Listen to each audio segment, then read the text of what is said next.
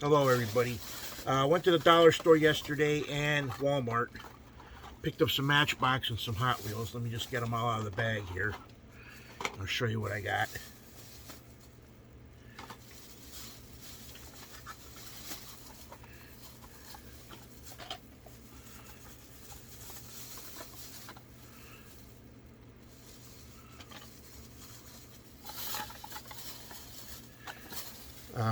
I'll start off with the Matchbox I picked up at the dollar store.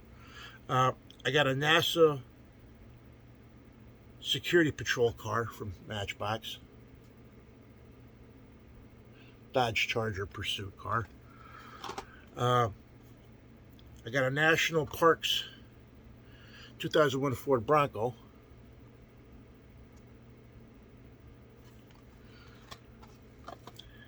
An express delivery truck, FedEx. Then I picked up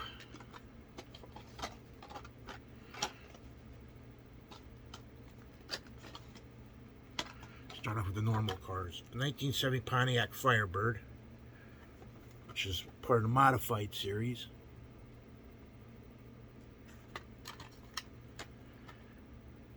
Lolux drag strip truck. This is number 1 at 10 for that series.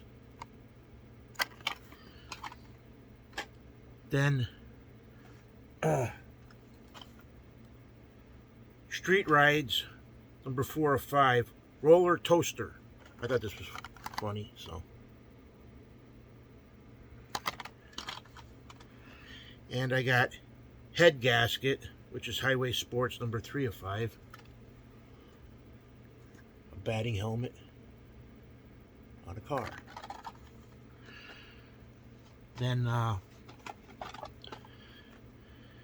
Highway Screen, I got number 3, which is Barbie Extra. And the Armadillo from Buzz Lightyear. But then for this, new for 2023, Batman Forever Batmobile.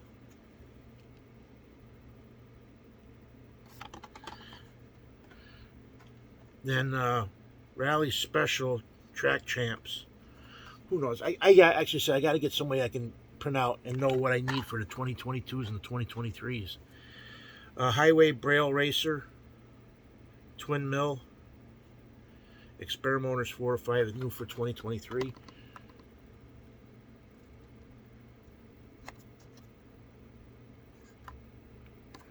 And that's all I picked up. You know, few Matchbox cars. I was hoping they would have had at least one of the page turners come back in stock, but they didn't. So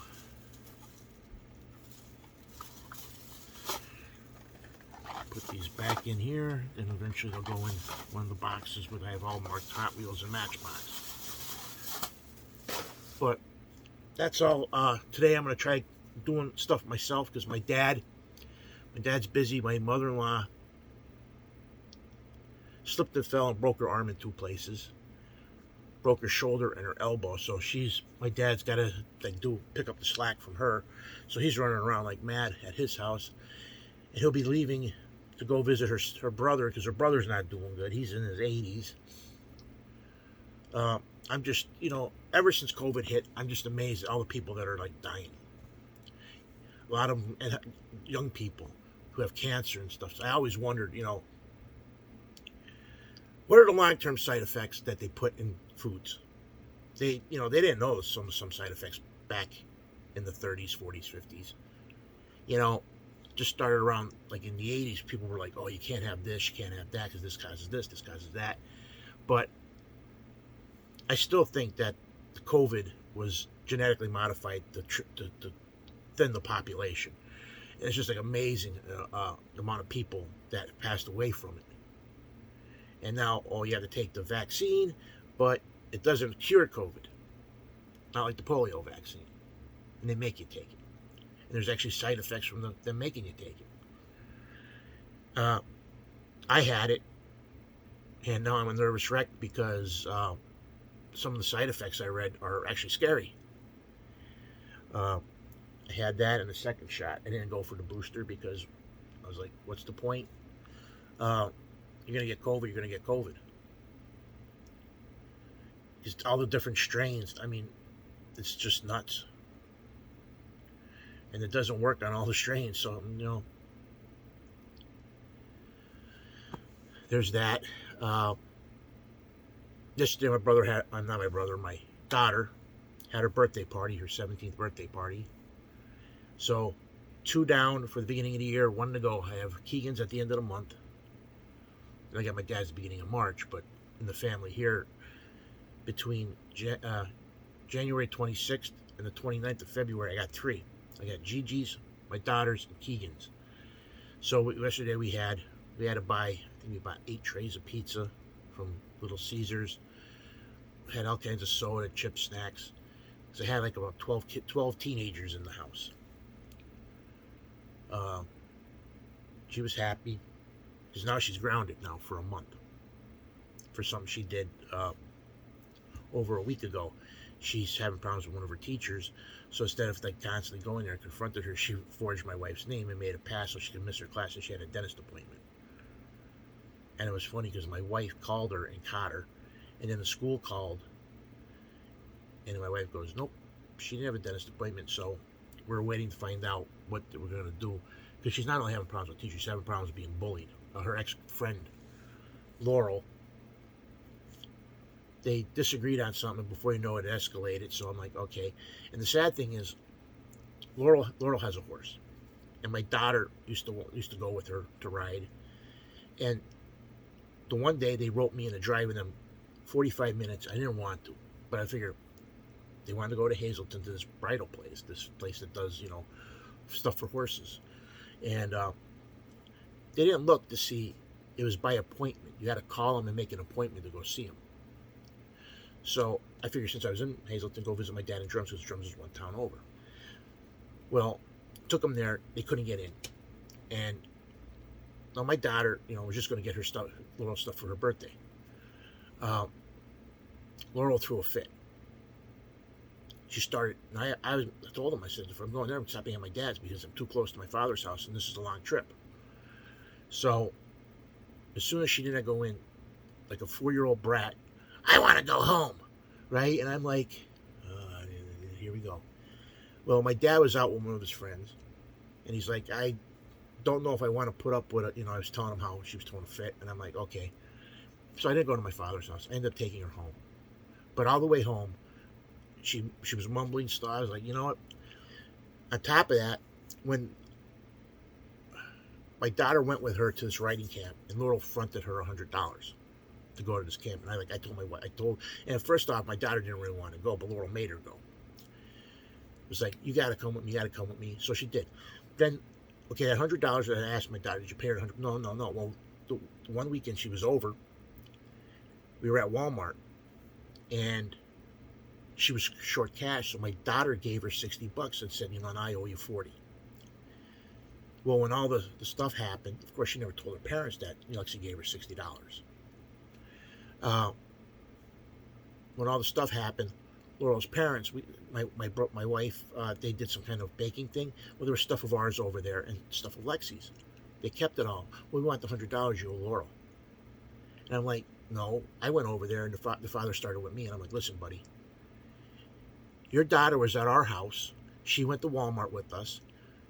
We owe you $40. And they had over like $50, $60 worth of our stuff. They had a 9x8 baking pan, some melt things for making what are those cake pops, and stuff for making chocolate.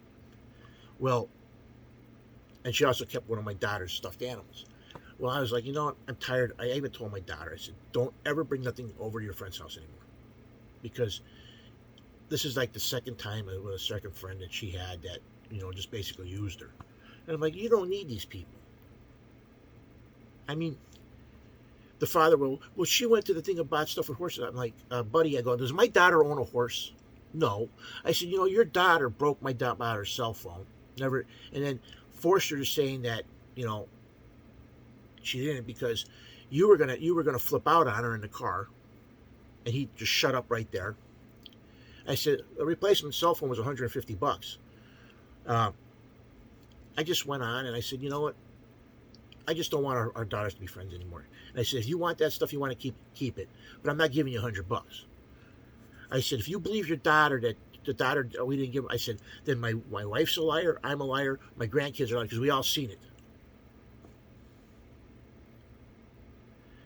So I said to her, I said, watch, because a couple months beforehand, my daughter gave one of her other friends an extra cell phone that she had, last year's model or whatever that she had replaced, but it was still beautiful, in beautiful shape. Well, the mother flipped out on the daughter, grabbed the phone and smashed it. It wasn't hers to smash. Well, that cell phone was worth like $100 and some too. Uh, Never got the money for that. And the daughter was calling, the mother was calling me all kinds of names on the phone. And I said to her, I said, when your daughter borrows something and it gets broken, you're responsible for it. And I just didn't feel like taking her to court because it was just like a massive headache. But I wish I did, because people are nasty and they get away with stuff. But my wife was like, no, just let it go. And I'm like, if I had the extra money, I would have took her to court. Just that I wish the laws were stronger with stuff. Like, you shouldn't be charged if somebody breaks your stuff. You shouldn't have to pay a fee to go after the person. Just like the stuff with bullying. Can't do anything unless it's on school time. Well, as soon as school's out, that's the texting crap. My daughter's got all these kids blocked.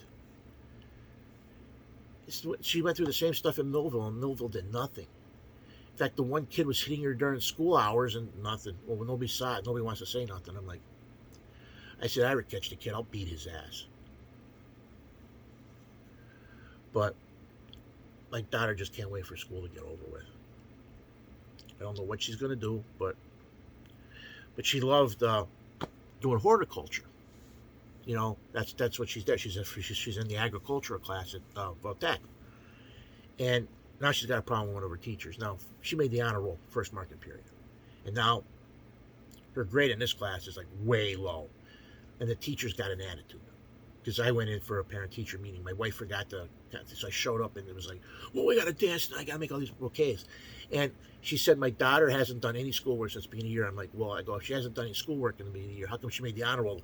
Well, it was a new thing and I was given extra points. And I'm like, well, but to say that, is wrong. I said, because all the other classes, she doesn't have a problem with. Then she started saying, well, she hasn't done any bouquet arrangements to completion. Well, it's funny because the Bloomsburg Fair happened and she did a bouquet and she won first place. Out of everybody, there was like hundreds of bouquets and my daughter won first place for her arrangement.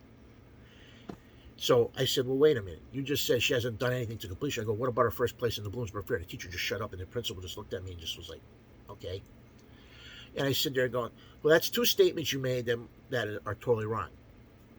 And I said, my daughter comes home crying because you won't let her do it because you make her sweep the floor. I go, that seems sort of steep punishment. And then she started saying, well, she's on the phone. I go, well, wait a minute. The one time, according to my daughter, that you wrote her up, her phone was on charge. The charging thing fell, and her phone was hanging and almost hit the floor. It was hanging from the wire. I said, you know what? How about this? So you have a class that you got to teach. No cell phones in class. Well, before you know it, she got all pissed off at me. Right? I do my class how I do it. I'm like, well, seems to me it ain't working right. I go, because my daughter's always telling me the seniors are always on their phone and you don't do nothing with them. Well, they're on their phone in the area they're supposed to be on their phone. I go, but they're on their phone during class. It doesn't have to be in a certain area to use your phone to text somebody, which you shouldn't do at all, period. You're here to school to learn. Not the, hey, buddy, what are we doing tonight? You do that after school hours or during breaks or between periods. I brought up a lot of valid points, and I was just like I am right now, and I was doing my hand gestures because I'm Italian, so it's like, you gotta use your hands. But she ended up storming now. I gotta go. I gotta get this stuff ready for dance, all these bouquets. and she left. And I told the vice principal, this Miss Heller or whatever, I can't remember her name. I said, I'm just not happy with the fact that my daughter goes to the counselor. She has to sign. She has to sign a paper to see the counselor. It's been 2 weeks and hasn't seen her. You know, that day after I left, they got her to see the counselor. I said, all schools should have an open door policy to talk to the count. And all schools should have more than one counselor, as far as I'm concerned. And you shouldn't have to make appointments. You should be, if you want to make an appointment, fine. But most of the time, the door should be open. There should be, or you get to wait for them to come and get you, not 2 or 3 weeks. Because by that time, whatever problem can either be gone or multiplied by a ton, especially with teenagers and kids. I mean, they hold grudges for like stupid stuff. Like my daughter was flipping out on one person because she couldn't come to her birthday party. I'm like, they shouldn't come. Just forget about it. I go, if I ever yelled at Al and Anthony for missing anything from me, I go, they want to be my friends. I go, yes, don't do it. I go, my friend Lou, I've been friends with, oh, Jesus. I met him when I was 18.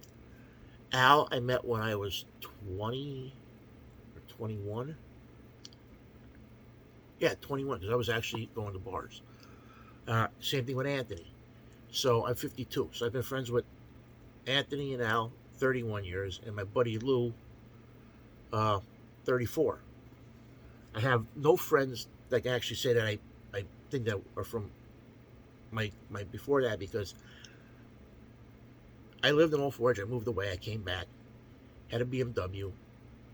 Oh, I was popular when I had the car. I smashed the car. Did something stupid. But everybody in my car sued me. Of course, they also lied about where I started doing it. I passed an illegal passing zone. Because the car I was behind was with 2 other kids, and it was going like 5 miles an hour, 5-10 miles, and they were just like... And as I passed them, one of the kids in the back seat, which I didn't know gave him the bird, I found all this out after deposition from my attorney that the insurance company gave me. He goes, he wanted to take it to court, but the insurance company said, settle. That took almost 6 years to completion. But the last year, that happened between my junior and senior year. So my senior year was hell. And all pictures of my yearbook show me by myself reading either a textbook, or if I brought a comic book to school, I read the comic book. I didn't want nothing to do with anybody anymore after that. I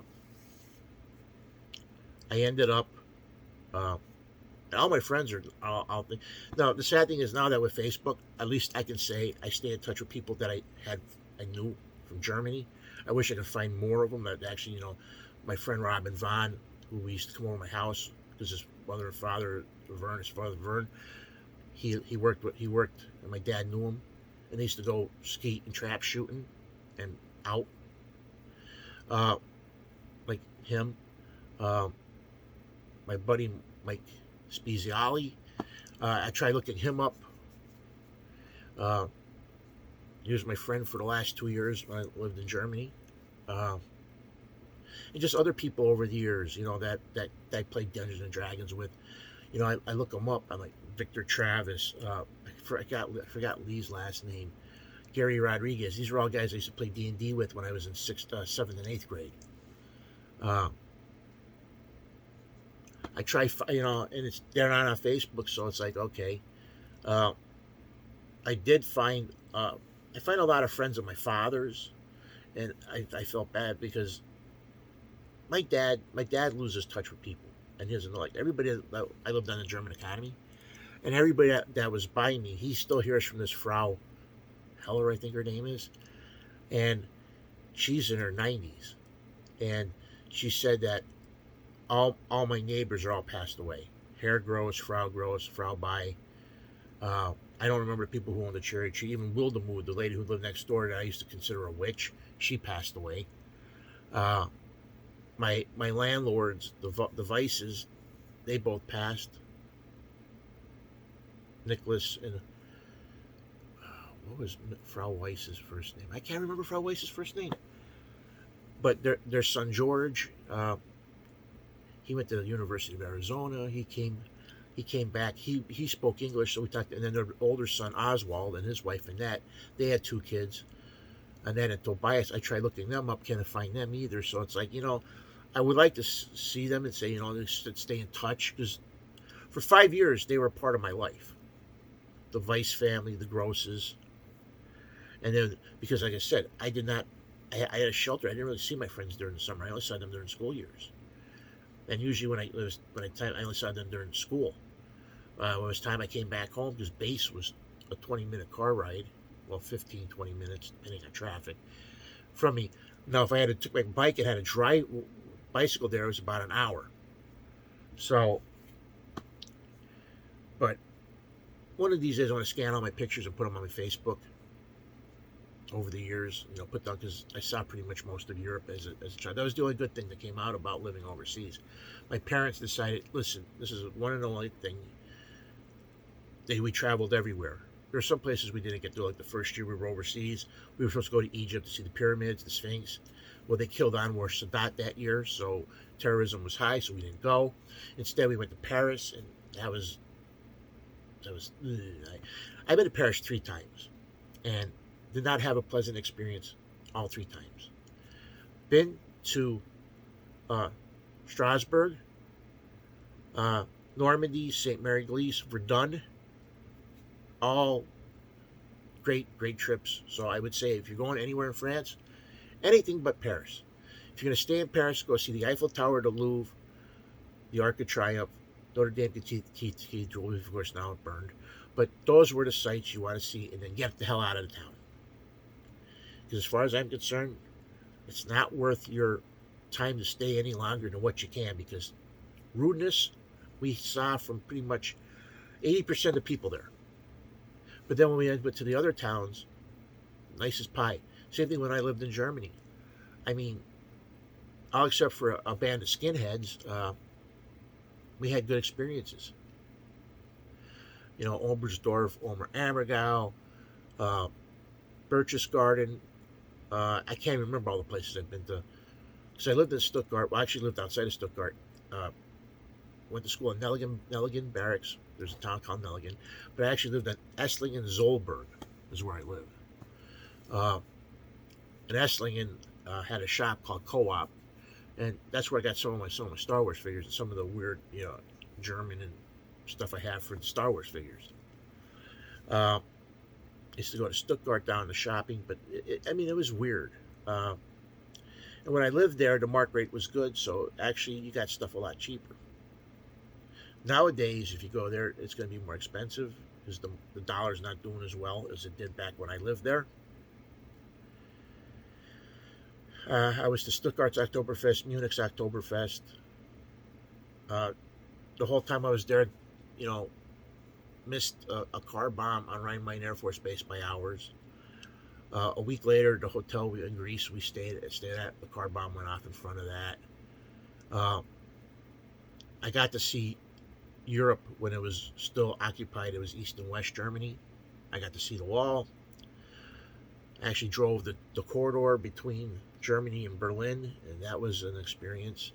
My ROTC troop, we went to 3 cities in Russia, which of course all the things for the plane had to be down because you couldn't see when you came in. That was a no-no. But got to see Stalingrad, which is now Volgograd. I went to Moscow, and I went to St. Petersburg, which is Leningrad. Got to see the Winter Palace. I saw the Russian ballet, the Russian circus. I went to where they held the Olympics. I saw their pavilions, which were dedicated to agriculture, science. Back then, too, everybody worked. It was amazing. And there was kids holding machine guns. I don't know what it's like now, because, of course, since the wall came down, Europe has changed drastically. First of all, Germany's united. All the communist countries are, some of them are still communist, some of them ain't. It's like, it's all fraction, of course, with all the problems. You ask me now, I don't keep up with geography because Yugoslavia is no longer there. It's like crazy. A lot of the countries broke up, and there's other countries that sprouted up in there. And I never thought I experienced that in my lifetime, and seeing that. But you do. I'm trying to think. But this all was about, bullying. I got along, or at least I tried to get along with everybody. That's how I always been. One of my friends called me the universal cog. He'd take me and stick me anywhere, and I'd fit. And I'm like, well, I don't know about that because, you know, there's some places I stick out like a sore thumb.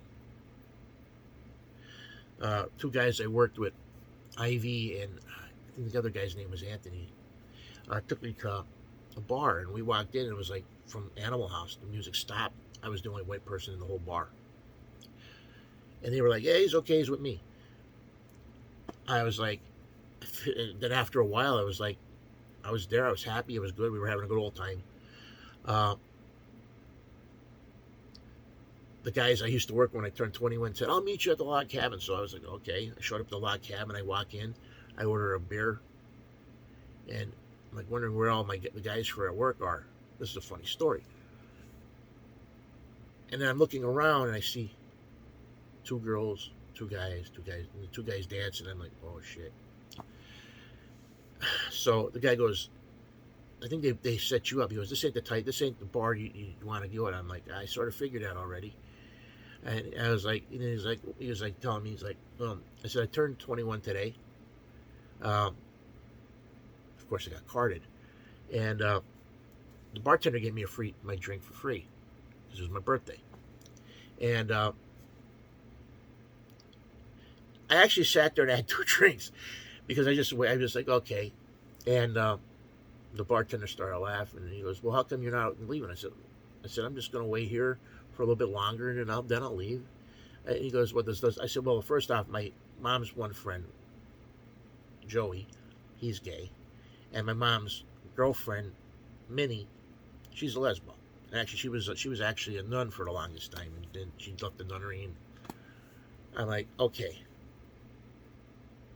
So I grew up knowing, I just don't like them like pushing their things on me, and especially when it comes to religion stuff. Uh, I grew up. My dad grew up Catholic. My mom grew up Greek Orthodox, and I believe in the Bible to a point. And I believe that the golden rule: treat others how you be treated. So I don't want to treat anybody nasty. But it seems like when they start pushing stuff on me, I get I'm like, listen, I can care less if you're gay. I can care less if you want to get married. But there's one thing you shouldn't be doing: try to bend people's will to yours. And that's my biggest drawback, and the fact that there's some things you just can't change. You can't change biology, and that I see all these people they all identify. I'm like, but you're not. You're gay, but you can't say you're a woman because you don't have the biological women parts. And they get mad at me. Well, you're hateful. I'm like, I'm not hateful. I'm like, you just can't.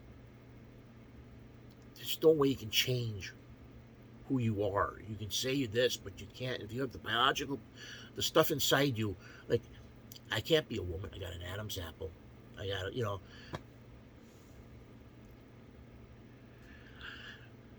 I understand, but it's just, you just can't.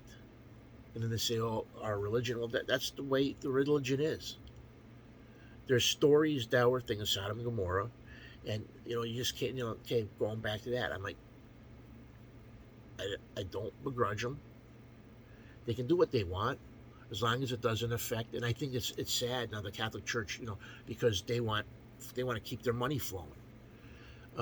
They should not bend because that's God's will. If you believe in God, you have to follow His commandments, His things, and listen to the stories and what His teachings are. You still love the person, but you say, listen, this is the way our religion is. I'm sorry, but this is the way you have to deal with it. Like, I didn't get married at a church with my wife. We went to the courthouse, judge, married, boom. We don't regret that because unless your family's rich, a church wedding is ridiculous. How much they charge you now? I mean, me and my wife were pricing. Like, I had a photographer bought before I lost my job. I had money down on a photographer. I had money down on a hall. I had a hall for like 500 people booked, and I had $500 down on it. And thank God, when I lost my job and everything, I called them up and said, "Listen, just." They were gracious enough. Somebody else bought the hall, and they gave me my $500 back for that day. Uh, I was lucky in that resort, but then since I was out of work, you know, I felt bad when my mom constantly taking care of me because of my back problem. I got operated on, and I ended up moving down here to be with Kelly because we were engaged, and we got married from the courthouse, and then a couple months later, my daughter was born. We've been together since it's 20 years. Next month. It's 17 years since we're married, but 20 years next month now. We've been seeing each other. So 2 decades. In fact, last night, she had her friend come down for Lexi's birthday party, and she goes, "Show Dorothy the basement, show Dorothy the attic." And I said, "Okay." Showed her the basement. She was like blown away with all the stuff I have, and I'm like, Dorothy, everybody thinks I'm rich, but she's like, "Yeah, you must be rich." I'm like, "No, Dorothy." I said, "You know my wife. My wife works her ass off." I go, "People just don't understand that I buy a lot of my comic books for $1, and I, Spider-Man, Amazing Spider-Man 300, I paid $1, whatever the cover price was. Actually, 20 or 25% less than cover price, because that was the discount I got because how much I bought. So when you see the prices, it's like people just see this. "Oh, you must be." A lot of my Silver Age stuff, I paid $1 or $2 for the books. I mean, I bought a lot from a guy. I bought his DC Comics lot that he had. Got 114 books. I gave him $600, 6 or 7. I can't even remember now. It came out to like $5.50 a Silver Age book. Those are some of the most expensive books in my collection because that $5.50 book, every one of them is in probably at least 6.0, 7 shape, maybe better. Some of them, if I got them cleaned and pressed, I could probably bump them up big time. Because pretty much the only thing that's wrong is around where the staple is. The staples are rusted. That's it. Other than that, pretty much hardly any creases on them. Nice, color's good. Little browning on the pages, just a little. But I paid, like I said, $5.50 a book. And like the Martian Manhunters, I think that's Mystery in Space. Those issues are like $400 a piece in the condition they are. So I'm like, I paid $125 for the third appearance of Green Lantern. That book's probably easily $1,500, $2,000 in the condition it's in. Like my Atari, I had my Atari.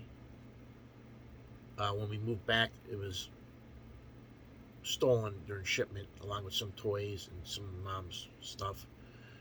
I ended up buying a replacement, but I had the old wood grain, and I ended up buying the new sleek one, the smaller one at the time.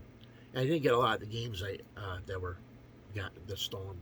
Now I have 4 different Ataris. I have 2 different Force Switch. I have the wood grain and I have the Vader.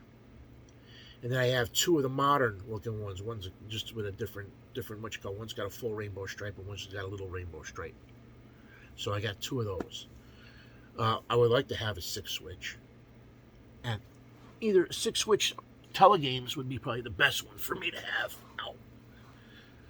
But all the games, I'm really frugal. Like all my buddies over the years, new system came out. They sold out their old system and all the games. They used to go to Electronic Boutique and then GameStop, and I'm like, they got squat. And I used to watch and say, I'm not going to do that. In fact, the one time I took,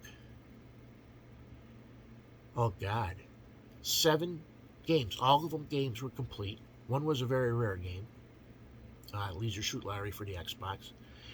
And I wanted to buy 2 PlayStation 2 used games, and they were $7.99 a piece, or they were altogether it was like less than $20, maybe like $21. So for the 7 video games, they were only wanting to give me $7.50. So I couldn't even buy one with my trip. And I was like, "Nope, give me my games back." I said, "I'll put them up on eBay."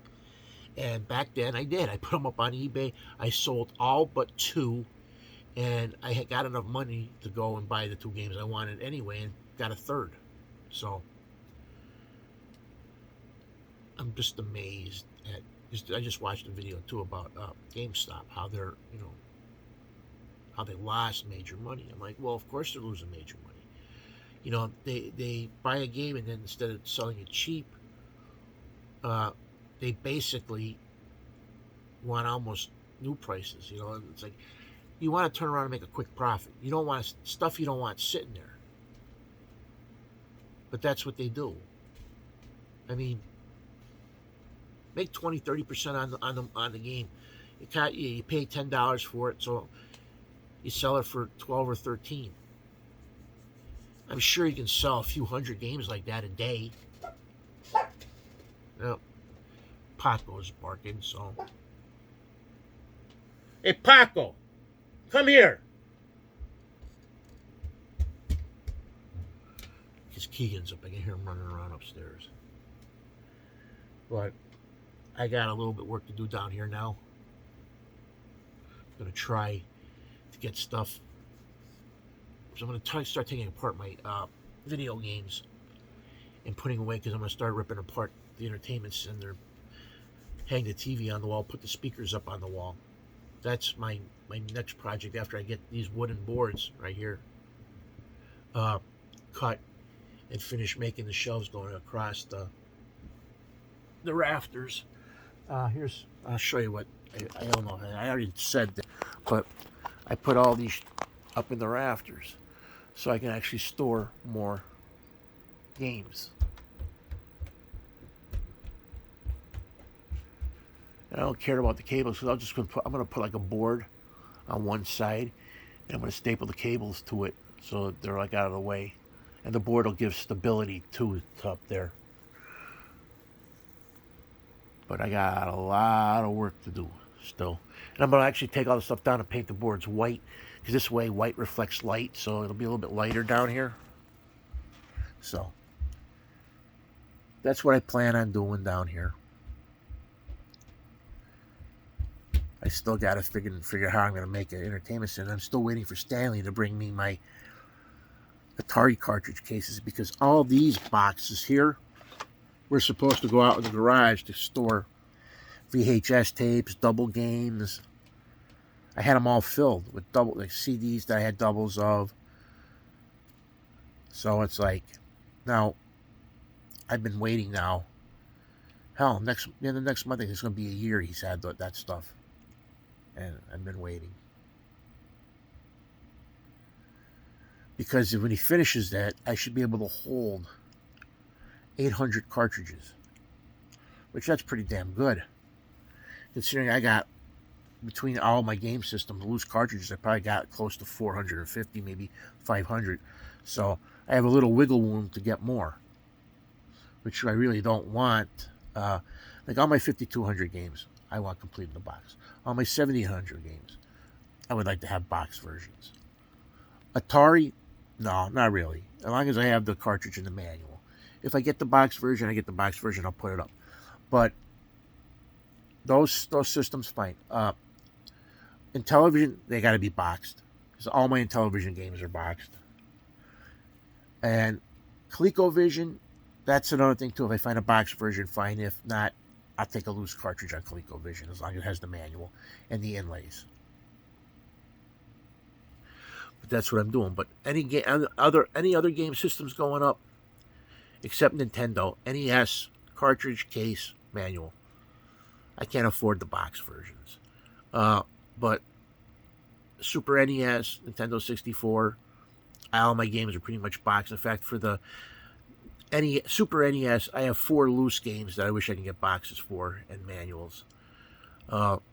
Mario All-Stars, Mario World, Miss Pac-Man, and I forgot what the other one. I think it was that's the Legend of Zelda, I think. Maybe not. I have it. I can see it from here. I think I have it, or maybe not.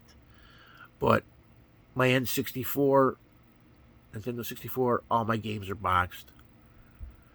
All my Game Boy, all my Sega Saturn, GameCube. All of them are complete in the box. I have some Game Boy Color games and a couple Game Boy games that I have loose, but it's like maybe not less than 5 of them. But it seems like ever since the pandemic, everybody's home. Prices on stuff have doubled and tripled, and I'm just like amazed because G.I. Joe figures, I mean, there's still tons of them. I mean, I can always look between Facebook and eBay. I can find any figure, and it's not like they're scarce. It's like there's plenty of them. And what happens, it's mostly from the same guys. It's like they have tons of them. So they buy collections off probably for squat and turn around, they want buku money. I actually get tired of watching flipping channels. I really, every time I pop up on to get into here to do my videos, says this one guy, oh, I bought a big Star Wars collection. The guy, he's just going to turn around and just going to sell it. If I went and bought a big Star Wars collection, pretty much if I don't have it, it's going in my collection. Whatever I do have, and if it's a double, that's when I sell. I would, like most of the stuff with me, I don't flip. I really don't. I try to trade away, help somebody else out. But even then, that gets ridiculous. I've had a lot of bad experiences with that. I mean, I have Sean comes over. He's bought so far since last year probably $300 or $400 worth of comics. And all I do is I take them, I go to the flea market, and I go through this guy's box, and I just buy more. Friday, I realized I need bags and boards for comic books. I need dividers again.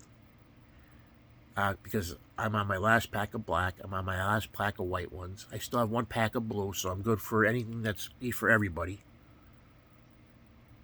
And I'm already up to the letter U and putting all the other books that I just got into my collection. And I've been running through. In fact, the collector's program I got didn't have Supervillain Team Up. It only said I had 2 issues, and I had three or four. But I had issue number 1 that wasn't in the system, so I was glad I saw that there. I'm just plugging away down here, trying to just do what I try to get room, to tell you the truth, because I gotta get the stuff up, rip it apart, make room, move the stuff away from the bar, rip the bar apart, and start. Because I actually want to get all this stuff done by summertime. I might actually tell my dad not to buy me any comic books, just buy the supplies that I need to get certain things done here. Because I think once I get everything put away, the air hockey table will be usable. And I'm actually thinking about putting shelves in the rafters on that side, but not for video games, and making them long enough I can put board games in between them. So I figure if I have the same width board game, those games can go up there, and I use a step stool down here all the time anyway, so it's no biggie to use a step stool and grab stuff from the rafter. So that's what I'm probably going to end up doing. It's all dead space that ends up getting used, so. And certain angles look like I got a ceiling, so I really won't have a ceiling. I just have storage shelves. But that's everything that's going on now. In a nutshell. Trying to think. Been watching, just caught up on The Good Doctor, The Rookie Feds, and Will Trent, which I really like that show. I like Betty. I wish my dog was as cute. Well, my dogs are cute, but that dog on there is adorable. Betty. What else? I watched Sylvester Stallone's movie on Prime, The Sentinel. I guess the outcome on that, it wasn't a bad movie. Second season of The Legend of Ex Machina, that came out. Of course, that's actually hard to watch with the kids around because there's a lot of nudity, sexual, so I have to pretty much watch that when they're in bed. I watched the Harley Quinn Valentine's Day special, and I was just, I know most people rave about it, but I was just like sort of appalled that, I'm like, they could have, I mean, it's like, it was tasteless as far as I'm concerned. Some parts were funny, but most of it just got me just shaking my head like, okay.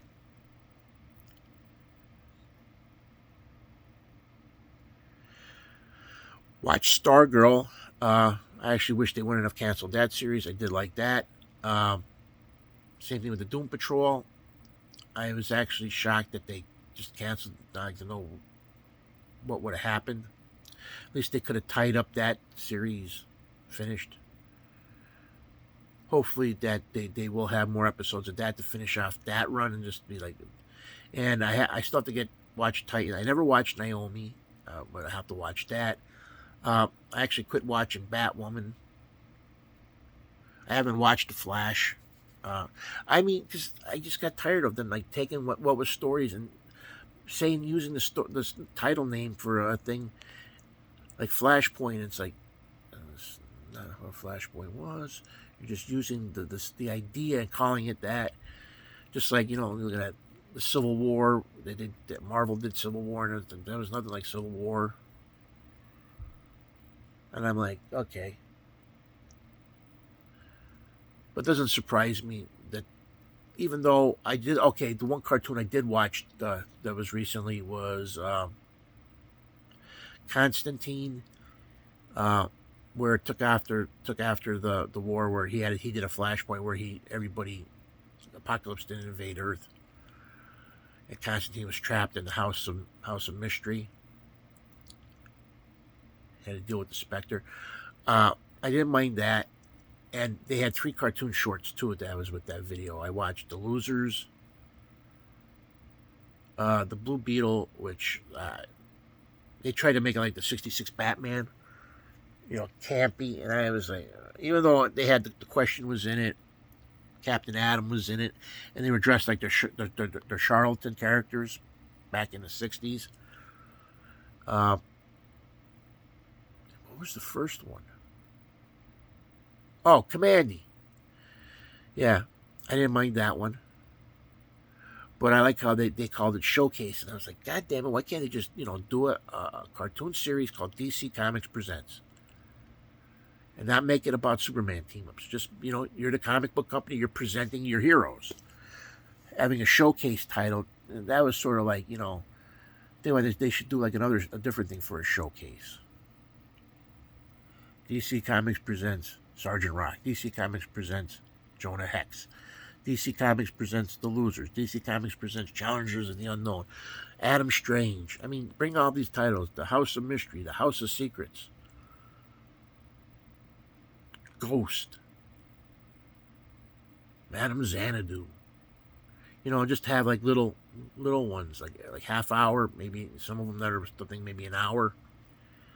That would be cool. I keep saying I wish they would do that. Because they can go forever with, you can get, the Creeper, Hawk and Dove, Vixen, Fire, Ice, Jack-O-Lantern. I mean, you can bring, Moana Beast. Change it. You have hundreds and hundreds of figures, heroes and villains you can actually do stories about. And that should last years. I mean, look at Enemy Ace, Viking. I mean, stuff that the Seven Soldiers of Victory. You can actually do video, shows on each one of them on a solo mission by themselves. Same thing with Justice League. Red Tornado, the Atom, Hawkman, Zatanna. I mean, I can go on. Cyborg, Firestorm. You can just keep making short videos of each one. Like maybe, if you're going to do a showcase one, maybe you should do all their origins. And DC Comics presents stories. Or have a series called Secret Origins. And then, between Showcase and DC Comics Presents, do stories that way.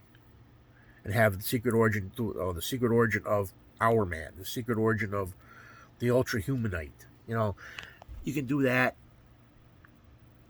That way, you can beat them. You can beat the stories to death. You can make hundreds of them.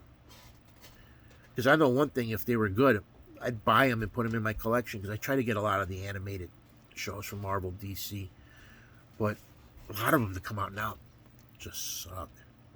I don't mind all the DC ones, even though I find little faults in them. Marvel TV shows, I'm like, really, how can you keep just like changing stuff? It's just all it is to make money. Like Spider-Man. Spider-Man, for me, longest time, he was a struggling college student who took pictures of Spider-Man to make extra money so he can, so him and his aunt can survive, right? And then, like, when I was in the 70s, it's like, oh my God, Spider-Man got a helicopter, Spider-Man got a doom buggy. How can he? Because he's poor, right? Same thing now. Oh, Spider-Man's got a motorcycle. Spider-Man's got a car because he's Tony Stark's benefactor. I'm like, that's just crazy. He should just be Spider-Man. Poor kid working on it. Unless he joins the Avengers, fine. But just beat a dead horse. And same thing with I just found out from Rich Doing, I saw this thing, the Red Goblin. Oh my God, here we're going to go. They're going to start changing colors of the Goblin just so they can create a character and make a buck. First appearance of the Red Goblin. Hey, it's the first appearance of the Red Hulk. We have, Mr. Fix-It. It's like, okay, I'm waiting for them to come out with a purple Hulk, a yellow Hulk. Just do the shades of the rainbow like they did with Green Lantern. And like the Flash. They had a blue version of the Flash, Blue Bolt. Then you had Dr. Zoom. You had Barry. Then you had the Golden Age Flash, the Future Flash, Godspeed. He's white. You had a black version. It's like, do the rainbow. It's just, enough's enough. It's like, red lanterns, yellow lanterns. It's like,